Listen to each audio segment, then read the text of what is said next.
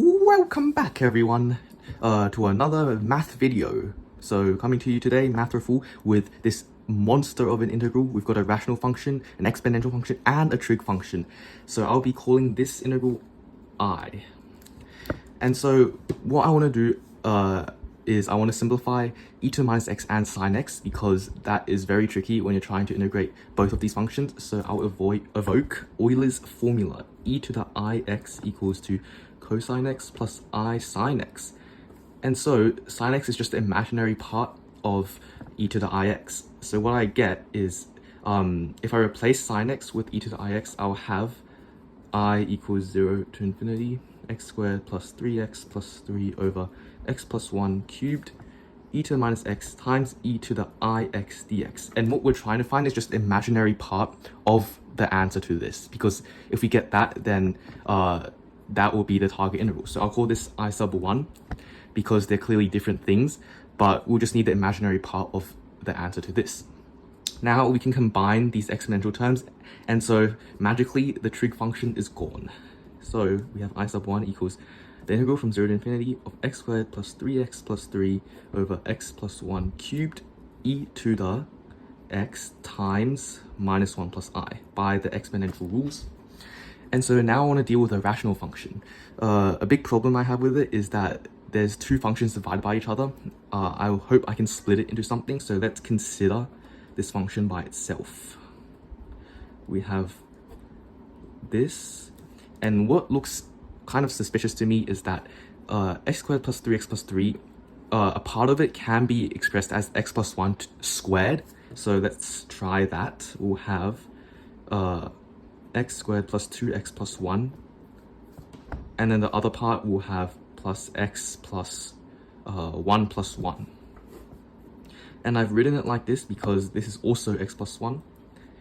This is x plus 1 squared. So what we have is x plus 1 squared plus x plus 1 plus 1 over x plus 1 cubed.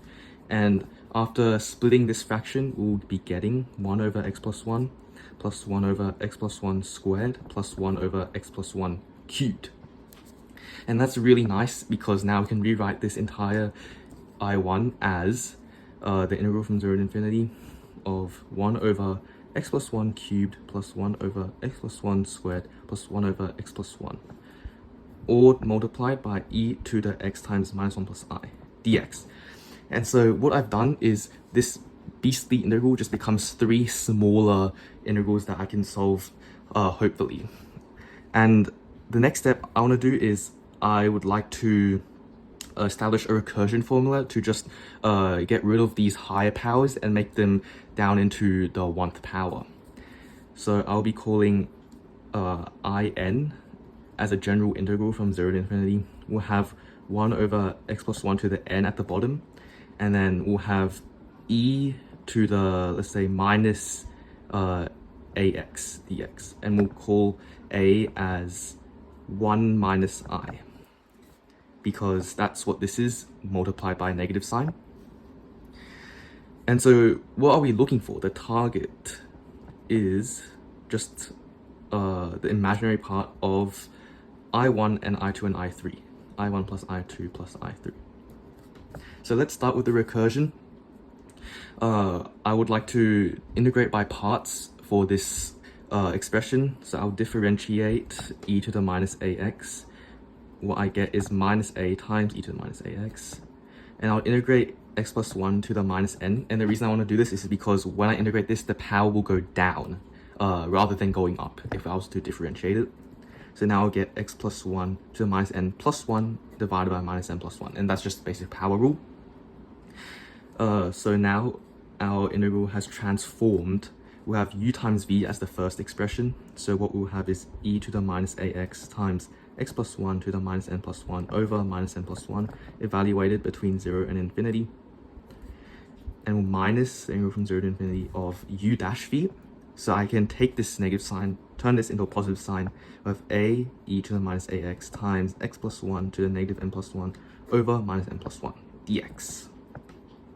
So our integral now becomes Evaluating x at infinity, this whole expression collapses to 0 because we've got an exponential with a negative sign, and that overpowers all of these things. So we have 0 as the first term, minus x at 0 means e to the 0 is just 1. 1 to any power is just 1. So we have 1 in the numerator and we have minus n plus 1 in the denominator. And then for the second part, I'll just take all the constants outside. We'll have a over minus n plus 1. Integral from 0 to infinity. We have e to the minus ax. And I'll bring this to the denominator. So we have x plus 1. And we'll flip this. So we have n minus 1. Just from flipping it into the denominator, the sign is multiplied by a negative. And this is really nice because now our recursion formula is established. We can go up all the way here. I sub n equals, so if we're looking down here, I will change this, have a double negative here, so we have 1 over n minus 1. Yep, that's right. And then I'll change this positive into a negative sign up here. So we have negative a over n minus 1 as well.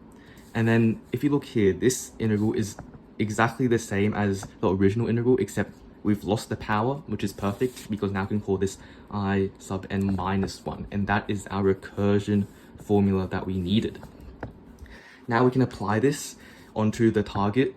So that means for the case that n equals 3, I sub 3 is just 1 over 3 minus 1 is a half, and then minus a over 2 I2.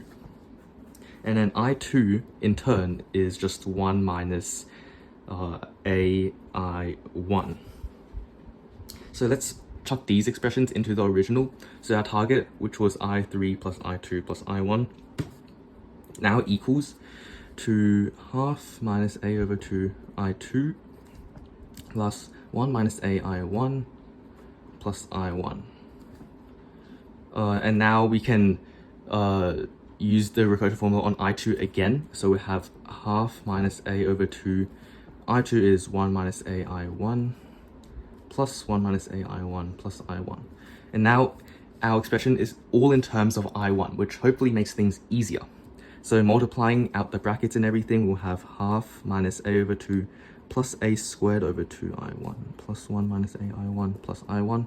Simplifying a bit, we'll have 3 over 2 minus a over 2, and then all the other terms are just I1, so I'll factor it all in. We have 1 minus a plus a squared over 2.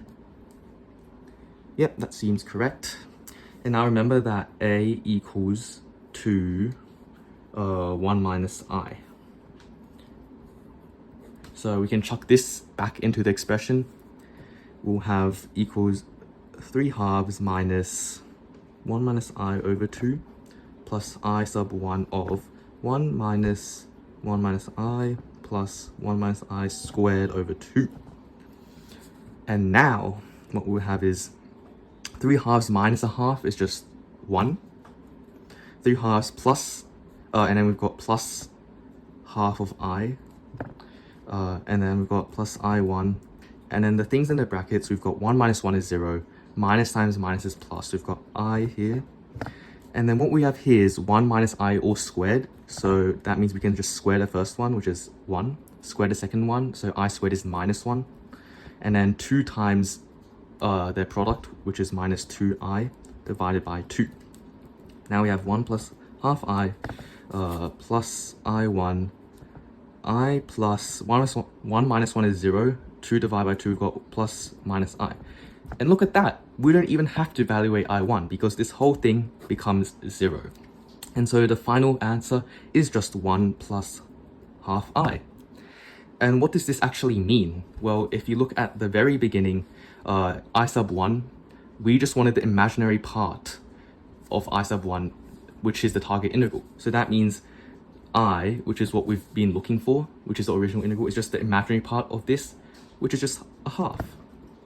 And you may be wondering, what is the real part? What is this 1 all about? Well, if we took the real part of I sub 1, we'll replace e to the ix with cosine x. So we've got a bonus integral that we've solved, which is this other integral, 0 to infinity of x squared plus 3x plus 3 over x plus 1 cubed e to minus x cosine x. That is the real part, which equals to 1. So all in all, we've got two solutions brought up by this method, which included using imaginary numbers, complex numbers, included a recursion formula, and overall it was pretty cool. So I hope you guys enjoyed and had fun seeing me solve this integral. Bye bye!